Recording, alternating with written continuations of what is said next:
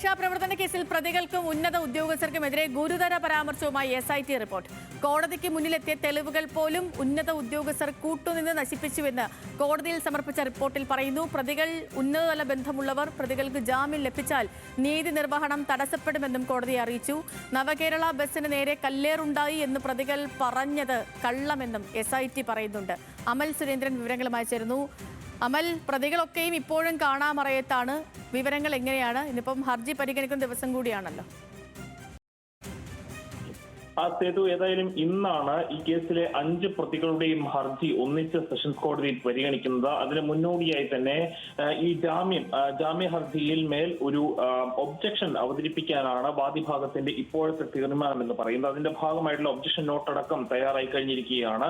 വാദം മാത്രമല്ല, objection നോട്ടും file ചെയ്യണമെന്ന് വാദിഭാഗം പറഞ്ഞിരിക്കുന്നു.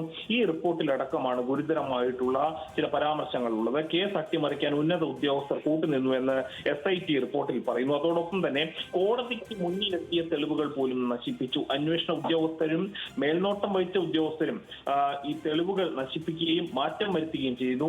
ഇത്തരക്കാർക്കെതിരെ കൂടി അന്വേഷണം വേണം. അതായത് ഇപ്പോഴുള്ള 5 പ്രതികൾക്കല്ല, അതിനെതിരെ ഈ തെളിവ് നശിപ്പിച്ചവർക്കെതിരെ കൂടി കൂടുതലായിട്ടുള്ള അന്വേഷണം വേണമെന്ന് ഈ SIT പറയുന്നു. നേരത്തെയും SIT ഇത്തരം കാര്യം വ്യക്തമാക്കിയിട്ടുള്ളതാണ്.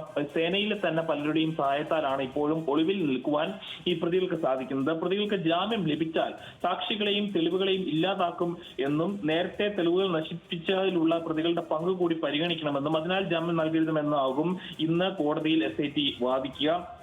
11 മണിയോട് കൂടി തന്നെ ഈ ഒരു സംഭവവുമായി ബന്ധപ്പെട്ട ഒരു പരിഗണന കോടതിയുടെ ഭാഗത്തു നിന്ന് ഉണ്ടാകുമെന്നാണ് നമുക്ക് മനസ്സിലാക്കുവാൻ സാധിക്കുന്നത്. ഏതായാലും ഗുരുതരമായിട്ടുള്ള കണ്ടെത്തലുകളാണ് SITയുടെ റിപ്പോർട്ടിലുള്ളത്. അതോടൊപ്പം തന്നെ 308-ാം വകുപ്പ് ഉൾപ്പെടുത്തിയത് തെളിവുകളുടെ അടിസ്ഥാനത്തിലാണെന്നും പരിക്കിന്റെ ആഴത്തെക്കുറിച്ച് ഈ വിദഗ്ധരുടെ അഭിപ്രായം അടക്കം ചേർത്തുകൊണ്ടുള്ള ഒരു റിപ്പോർട്ടാണ് SIT ഇന്ന് കോടതിക്ക് മുന്നിൽ വെക്കാനിരിക്കുന്നത്.